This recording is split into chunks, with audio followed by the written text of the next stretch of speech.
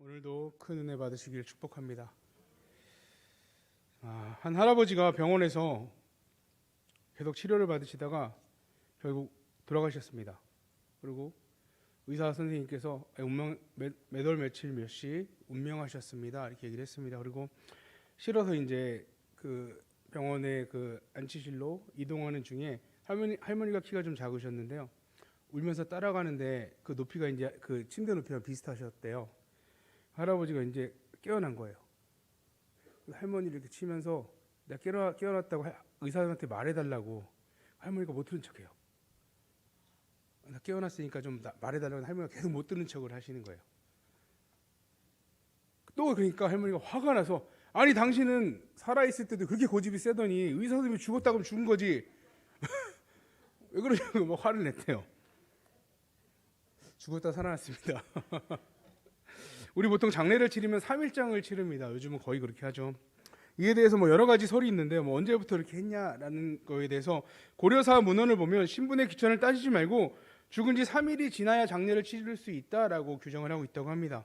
당시에 뭐 열악한 의료 수준으로 사람이 죽었다고 판단을 해도 살아날 수 있는 그런 일들이 있기 때문에 이렇게 시간을 뒀다라고 합니다. 또 뭐 남은 가족의 입장에서 혹시나 우리 사랑하는 가족이 살아날 수 있지 않을까라는 기대감을 가진 그 시간이 3일이었습니다. 우리나라 현대 법률에 의하면 특별한 규정이 있을 경우를 제외하고는요, 사망을 하고 24시간이 지난 후에 화장을 할 수 있게 법으로 되어 있습니다. 그러니까 빨리 해주세요도 안 되는 거예요. 24시간이 지나야 이걸 해준다고 합니다. 유대인의 고대 랍비 문헌인 미시나의 이것에 대해서 기록이 되어 있는데요, 적어도 3일 이내 시신을 확인해야 한다고 규정해 놓고 있습니다. 이 말은 뭐냐면 3일 이내에 시신이 죽었는지를 확인해야 되고, 또 이 3일 동안 이 장례 절차를 지내야 된다는 것을 말하고 있다는 것을 내포하고 있습니다. 그 이유는 3일이 지나면 시체가 부패해서 장례를 치는데 어려움이 있으니까 이 3일 동안 기간 동안 그것을 해야 된다는 거죠. 또한 당시 많은 유대인들은 죽은 사람의 영혼이 3일 동안 시신을 떠나지 않고 소생의 기회를 찾는다라고 생각했다라고 합니다. 근데 뭐 이거는 성경에 맞진 않죠. 왜냐하면 누가복음 23장에 보면 예수님이 십자가에 달려 죽으실 때 강도들과 있었던 사건이 나오거든요. 제가 퀴즈 하나 내겠습니다. 예수님과 함께 천국에 갔던 강도는 오른쪽에 있던 강도일까요? 왼쪽에 있던 강도일까요? 오른쪽. 뭐 왼쪽? 성경에는 써 있지 않아요. 오른쪽인지 왼쪽인지 안 쓰는데 우리가 이제 생각하기로 오른쪽이었을 거다 생각하는 거지 써 있지는 않습니다. 정확한 건 이래요. 예수여, 당신의 나라에 임할 때 나를 기억하소서라고 말했던 사람, 이 사람이 예수님과 함께 낙원에 들어갑니다. 누가복음 23장 43절에 보면 이렇게 기록되어 있습니다. 예수께서 이르시되 내가 진실로 내게 이르노니 오늘 내가 나와 함께 낙원에 있으리라 하시니라. 오늘 이때 3일 후에 동안 머무르고 가는 게 아니라 오늘 천국에 간다는 거죠. 이를 통해서 우리는 죽음 위에 바로 낙원에 들어가는 거라는 것을 알 수 있습니다. 오늘 말씀 17절에 보면 예수께서 와서 보시니 나사로가 무덤에 있은지 이미 나흘이라. 그렇게 이 죽은 지 나흘이, 그러니까 사흘이 지난 나사로 완전한 죽음으로 몸이 부패하기 시작했다라고 보고 있습니다. 이거에 대해서 오늘 식사하면서 얘기했는데 요즘 아이들이 사흘을 4일로 알고 있대요. 그래서 사도신경 할 때 사흘 만에, 그러니까 예수님이 4일 만에 살아나셨구나라고 다들 알고 있다라고 하더라고요. 예전에 우리는 사흘 다 3일인 걸 알지만 이만 착각한다고 하더라고요. 어쨌든 4일이 지났습니다. 나흘이 지났죠. 아무리 중한 병이 걸려서 다 죽어가더라도요, 살아 호흡을 하고 있다라면 최대한 노력을 합니다. 병원에서 뭐 산소호흡기를 붙여주기도 하고 뭐 심폐소생술을 하기도 하고 심지어 전기충격기를 써서라도 살리려고 하죠. 근데 심장이 멈추고 호흡이 멈추고 어느 정도 지나면 다 포기합니다. 다 끝나요. 이제 덮어버려요. 그리고 죽음을 선포합니다. 끝까지 포기하지 않았던 가족들마저도 그때는 이제 포기해요.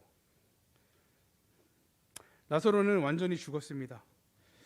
당시의 지식으로 지금 현대 기준으로도 모든 걸 다 봤을 때 이제 사흘이 되면 썩은 내가 나기 시작하면 죽었다라고 볼 수밖에 없는 거죠. 뭐 다른 시각으로 볼 수가 없습니다. 이 나사로의 죽음에 대한 이야기 시작은 1절부터 시작이 됩니다. 오늘 말씀 11장 1절에 2절에 보면 이렇게 나옵니다. 어떤 병자가 있으니 이는 마리아와 그 자매 마르다의 마을 베다니에 사는 나사로라. 이 마리아는 향유를 주께 붓고 머리털로 주의 발을 닦던 자요, 병든 나사로는 그의 오라버니더라. 베다니에 나사로라는 사람이 살고 있습니다. 그의 마리아와 마르다가 그의 이제 형제 자매 사이죠. 가족으로 병에 들어 시름시름 앓고 있습니다. 여기서 이야기되고 있는 마리아는 예수님의 이후에 베다니 나병 환자 시몬의 집에 계실 때 향유를 깨뜨려 향유를 부어서 예수님의 발을 닦았던 여인이다 라고 이후에 일어난 사건이거든요. 아직 이 사건은 일어나지 않았어요. 이후에 그 마리아가 이 마리아라고 설명하는 거예요. 이미 모든 성경의 내용을 알고 마테마가 누가복음을 알고 있는 사람들이 얘기를 해주는 거죠. 그 마리아가 이 마리아다. 그런데 마리아와 마르다는 나사로가 병들어 죽기 전에, 그러니까 이 나사로의 죽음의 사건 이전부터 예수님과 잘 아는 관계였습니다. 5절에 보면 11장 5절에 보면 예수님께서 본래 마르다와 그 동생 나사로를 사랑하시더니, 그러니까 나사로가 아파서 있는 상황 이전에 사랑하는 관계였다라는 거죠. 나사로도 그 마리아와 마르다도 서로 간의 사랑의 가족 같은 교류를 하고 있던 그런 관계라는 것입니다. 잘 아는 관계죠. 나사로의 질병이 점차 악화되고 두 누이인 마르다와 마리아는 급히 사람을 보내 우리를 사랑하시는 그 예수님께 사람을 보냅니다. 3절에 보면 이에 그 누이들이 예수께 사람을 보내어 이르되 주여 보시옵소서 사랑하시는 자가 병들었나이다 하니 나사로가 사랑하시는 자가 병들었습니다 라고 말하고 있습니다. 그만큼 사랑하는 관계임을 또 이야기하고 있는 것이죠. 그리고 나사로가 위독하다는 이야기를 전달받은 예수님께서 서둘러 나사로가 있는 곳으로 가서 나사로의 질병을 치료해 주셔야 맞는데 그렇지 않으세요. 오히려 지금 계시는 그곳에서 이틀을 더 계시다가 오십니다. 지금 예수님과 제자들이 머무르고 있는 것은 요단강 건너편에 요한이 처음 세례를 베풀었던 곳입니다. 지금 나사로가 있는 그 집과의 거리는 32에서 32km 정도 떨어져 있대요. 31, 2km. 예수님께서 바로 소식을 듣고 출발한다 할지라도 최소 하루 아니면 이틀의 시간이 걸리는 거리입니다. 나사로가 죽어가는 상황에 누이들이 부탁을 받은 사람이 예수님께 오는 시간, 그러니까 나사로가 죽어갑니다 전해달라는 그 시간, 왔던 시간, 예수님이 이틀 머무른 시간, 예수님이 돌아가는 시간, 짧게는 4일, 많게는 6일의 시간이 걸릴 수 있는 그런 상황이죠. 그런데 예수님께서는 나사로의 집에 가지 않고 이틀을 더 머무르시고 가시는 거예요. 그리고 이제 예수님이 가니까 나사로는 죽은 지 나흘이 지난 상태가 되었습니다. 그나마 예수님께 희망을 가졌던 마리아와 마르다는 슬픔으로 가득 차 있죠. 이제 끝났으니까요. 조금 더 빨리 예수님을 부르러 사람을 보냈더라면, 그러니까 나사로가 좀 아프다 그럴 때 좀만 더 빨리 보냈다면, 혹은 예수님께서 이틀 머무르지 않고 좀만 더 빨리 왔다면, 아니면 마리아나 마르다가 직접 가서 예수님을 불러서 재촉해서 왔더라면 이런 일이 생기지 않았을 건데 원망을 합니다. 21절에 보면 마르다가 예수께 여짜오되 주께서 여기 계셨더라면 내 오라버니가 죽지 아니하였겠나이다. 이후에 마리아도 똑같은 얘기를 하죠. 주님이 만약에 그 시간에 여기 계셨더라면 우리 오라버니가 죽지 않았을 텐데, 뭐를 원망하는 거죠? 주님이 여기 계시지 않은 것을 탓하고 있는 거죠. 안타까워하죠. 마르다에게는 또 동일한 마리아에게 믿음이 있었습니다. 어떤 믿음이냐면요, 예수님이 이 자리에 있었다면 나사로가 아무리 죽어간다 할지라도 치료된다라는 믿음이 있었습니다. 이거 작은 믿음 아닙니다. 여러분, 우리 기도할 때, 우리가 병의 치료를 놓고 기도할 때도 정말 하나님만이 치료해 줄 수 있어라는 믿음으로 기도하는 경우가 있고, 그냥 상투적으로 기도하는 경우도 있거든요. 근데 이 두 자매는 그 믿음이 있었어요. 예수님만 계셨더라면 우리 오빠는 분명히 나았을 텐데 계시지 않아서 낫지 않았다라는 거죠. 근데 이 믿음은 예수님이 죽은 자를 살리시는 능력이 있으신 분이라는 믿음에 다다르지 못했습니다. 이것이 우리 인간의 한계입니다. 하나님은 능치 못하신 일이 없으신 분입니다. 우리가 날마다 고백하잖아요. 아멘이십니까? 근데 하나님께 능치 못하실 일은 구하지 않아요. 무슨 얘기냐면 하나님은 다 할 수 있습니다라고 하는데 우리의 기도의 제목은 우리가 한계를 정해서 한다라는 거죠. 우리의 한계입니다. 이게 지난주 주일 중고등부 예배 때 한 간증인데요. 제 간증인데요. 제가 처음 신학을 시작하면서 인천에 있는 남동구 구월동에 있는 교회에서 사역을 시작했습니다. 전도사 사역을 했는데요. 그렇게 사역을 하다가 아내는 이제 부천에 있는 교회로 사역을 나갔어요. 저랑 따로따로. 지금 최 목사님 계시는 부천에 계실 때 거기로 나갔거든요. 따로따로 하다 보니까 주일날은 2개의 교회로 가게 되는 거예요. 저는 제가 사역하는 교회, 아내는 아내가 사역하는 교회. 문제가 있죠. 애들 둘이 있잖아요. 얘네를 잘라서 보내야 돼요. 그냥 제가 사역하는 교회로 같이 가기로 했어요. 근데 저는 아침 일찍 먼저 사역하기에 나가고요. 아이들은 예솔이 예빈이 외할머니까 저의 장모님이 챙겨서 오시기로 했어요. 그렇게 할 수밖에 없었어요. 근데 80이 넘으셔서 거동하는데 혼자서도 그 뭐 원활하다고 할 수 없는데 아이들을 챙겨서 그때 뭐 유치부였거든요. 처음에 쉬운 일이 아니죠. 근데 거리도 좀 있어가지고 여기서 김영욱 권사님 때 그 정도 거리예요. 그래서 지하철을 하나 타야 되고요. 또 지하철에서 올라와서 버스를 타고 와야 됐어요. 그러니까 애들 둘을 챙겨서 버스 대고 이거 쉬운 일이 아니거든요. 그래서 기도했습니다. 어떤 기도했냐면 이렇게 기도했어요. 하나님, 그 장모님이 예솔이 예빈이 외할머니가 아이들 챙겨 다니실 때 다치지 않게 해주세요. 위험한 일 생기지 않게 해주세요. 건강 상하지 않게 해달라고 기도했습니다. 그 외에는 제가 어떻게 기도할 수 있는 제목이 떠오르지가 않았어요. 저희 가족이. 여러분 뭐라고 기도하실래요? 그런 일이 생겼다. 아빠가 사역을 그만두게 해주세요. 근데 하나님이 응답해 주셨어요. 사진 한번 보여주세요. 이게 그때 당시에 붙었던 공고거든요. 인천 시내버스 8개 노선 조정 변경 남동구. 이게 뭐냐면요, 저희 집 앞에서 타서 교회 앞으로 내리는 노선이 생겼어요. 네. 이거 제가 얼마 있으면 할 수 있을까요? 제가 얼마를 가질 수, 이 일을 할 수 있을까요? 저 이거 기도한 적 한 번도 없거든요. 하나님, 노선을 전혀 기대도 안 했어요. 생겼어요. 해결됐어요. 그래서 한번 딱 타고 교회 앞에, 바로 교회 앞에 정류장을 내리게 됐어요. 우리 하나님이 이런 분이십니다. 예. 우리가 기대할 수 없는, 능치 못함이 없으신 분이라고 말하지만 능치 못할 거를 우리가 기도하지 않잖아요. 하나님은 능치 못할 일을 하시는 분이에요. 자신의 믿음을 기준으로 실망하고 낙담하고 있는 마르다, 그에게 주님께서 말씀하십니다. 23절에 한번 함께 읽어볼게요. 시작. 예수께서 이르시되 내 오라비가 다시 살아나리라. 예수님께서는 나사로가 다시 살아날 것이다 라고 말씀해주고 있습니다. 지금 마리아와 마르다에게 예수님의 이 말씀보다 다른 게 필요한가요? 끝이잖아요. 오빠 살아나면 끝나잖아요. 뭐 예수님이 늦게 왔든 그때 있었으면 좋겠다, 이런 말 다 필요 없는 상황이 되는 거거든요. 지금 모여있는 그 슬퍼하는 그 많은 사람들, 그들이 슬퍼하는 이유, 마리아가 낙담하고 있는 이유, 마리아가 슬퍼하고 있는 이유가 뭔가요?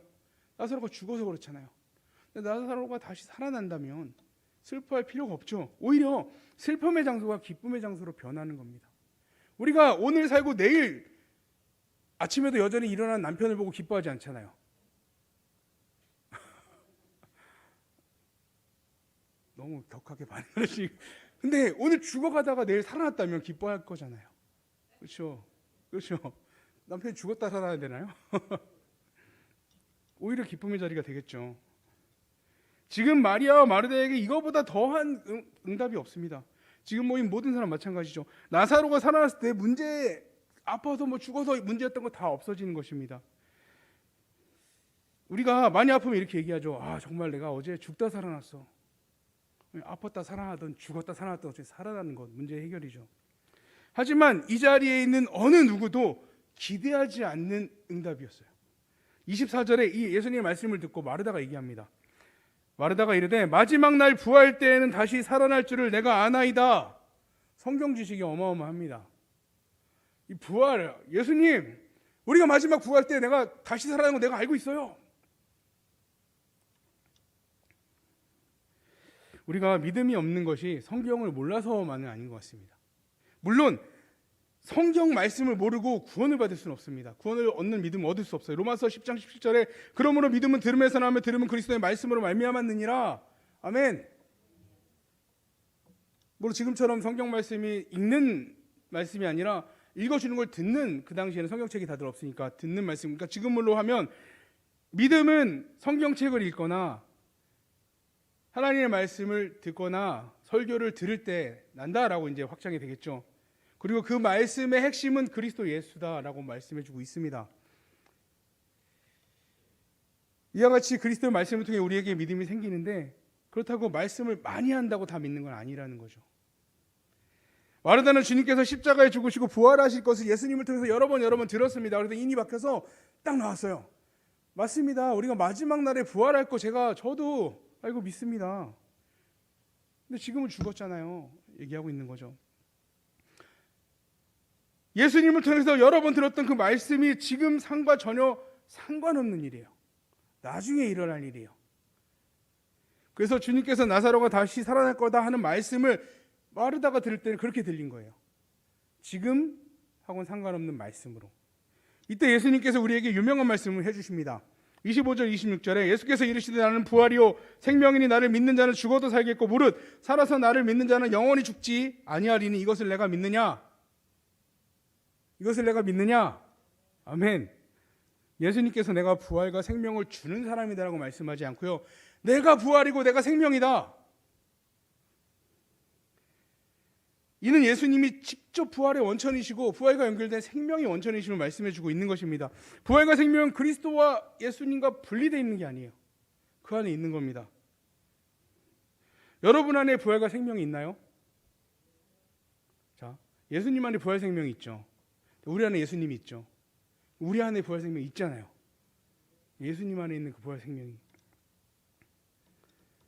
우리 안에 계신 예수님 때문에 그 안에 있는 부활과 생명에 우리가 참여할 수 있게 되는 것입니다. 예수님이 없다면 부활 생명도 우리에게 없습니다. 그렇게 살아서 믿는 자는 영생을 소유하게 된다는 거죠. 죽었어도 그 안에 예수님이 있기 때문에 부활 생명을 갖는다라고 말씀하고 있는 것입니다. 지금까지 마리아, 마르다 그리고 나사로의 장례 슬픔의 자리에 모인 모든 사람은 나사로의 죽음을 누구보다 확신했습니다. 나흘이 지났으니까 썩은 내가 나니까 이건 죽은 거다, 어느 누구도 바꿀 수 없다라고 확신하고 있습니다. 예수님이 나사로가 다시 살아날 거라고 말씀해 주셔도 주님의 부활을 믿고 고백하는 마르다까지도 나사로가 지금 살아날 것이라는 믿음은 전혀 없습니다. 예수님께서 나사로의 집에 오기 전 제자들과 함께 나사로의 집에 출발할 때 이렇게 얘기하셨습니다. 요한복음 11장 11절에 보면 이 말씀을 하신 후에 또 이르시되 우리 친구 나사로가 잠들었도다. 그러나 내가 깨우러 가노라. 주님께서 나사로의 상태를 이렇게 얘기하고 계세요. 잠들었다. 내가 깨우러 간다. 잠든 사람은 깨울 수 있죠. 죽은 사람은 못 깨워요. 잠들었으니까 깨울 수 있다라고 말씀하고 있습니다. 이에 대해서 제자들은 막 약간 뭐랄까 놀리는 식으로 말하죠. 우리도 죽으러 간다. 하여튼 이상한 소리를 해요. 그거를 이해하지 못하죠. 예수님이 지금 하는 말씀이 뭔지 이해를 못해요. 그래서 다시 얘기해 주세요. 11장 15절에 보면 내가 거기 있지 아니한 것을 너희를 위하여 기뻐하노니 이는 너희로 믿게 하려 함이라. 그러나 그에게로 가자 하시니. 예수님이 여기 계셨더라면 그가 살아 죽지 않았을 텐데 예수님이 이렇게 얘기해요. 내가 거기 있지 않은 게 오히려 너에게 기쁨이 되는 거야. 마리아, 마르다가 말했던 게 그들은 슬픔이었는데 오히려 기쁨이 된다고 말씀하고 있습니다. 나사로가 다시 살아나는 일을 통해서 그 사건이 하나님께 영광이 됩니다. 그리고 아들이신 예수님에게도 영광이 되는 사건이 되죠. 또한 다른 모든 일이 예수님의 부활하심 그 예표로 예수님이 부활하실 것을 믿는 믿음으로 받아들이게 됩니다. 이제 나사로의 무덤 앞에 서신 예수님께서 아버지 하나님께 기도합니다. 41절 42절에 돌을 옮겨 넣으니 예수께서 눈을 들어 우러러보시고 이르시되 아버지여 내 말을 들으신 것을 감사하나이다. 항상 내 말을 들으시는 줄을 내가 알았나이다. 그러나 이 말씀 하옵는 것은 둘러선 무리들을 위함이니 곧 아버지께서 나를 보내신 것을 그들로 믿게 하려 함이니이다. 예수께서 이와 같이 큰 소리로 기도하시죠. 그리고 큰 소리로 부릅니다. 나사로야 나오너라.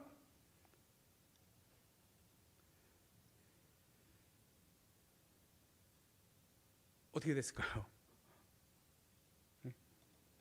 무덤 속에 있던 나사로가요, 팔과 다리를 막 묶었던 걸 그대로, 얼굴을 했던 수건 그대로 나와요. 깜짝 놀라서 나와요. 나사로가 자다가 깜짝 놀라 깨 나오는 것처럼 나옵니다. 썩어서 냄새가 납니다 라는 상황인데 나와요. 예수님의 큰 부르심에 응답해서 얼마나 급하게 나온 이것도 뜯어버리지 못하고 나와버립니다. 우리 주님은 부활 생명의 주님이십니다. 아멘. 우리 주님은 주님이 부르시면 죽은 자도 살아나와요. 인간의 가장 큰 두려움은 죽음입니다. 열심히 죽지 않으려고 노력하잖아요, 우리가요. 뭐를 먹어야 죽지 않을 수 있다. 뭐를 먹어야 병들지 않을 수 있다. 운동을 어떻게 해야 된다. 잠은 몇 시에 자야 된다. 너무 많아요, 요즘은요. 안 죽으려면 해야 될 게 너무 많습니다. 그리고 맨날 달라져요, 또. 이거 하면 되나 하면 또 다른 게 생기죠. 근데 죽음을 이기신 분은 우리 주님이십니다. 그런 것들이 아니에요. 그건 육신의 죽음이죠. 영원한 영생, 부활 생명을 가지신 분은 우리 주님이십니다.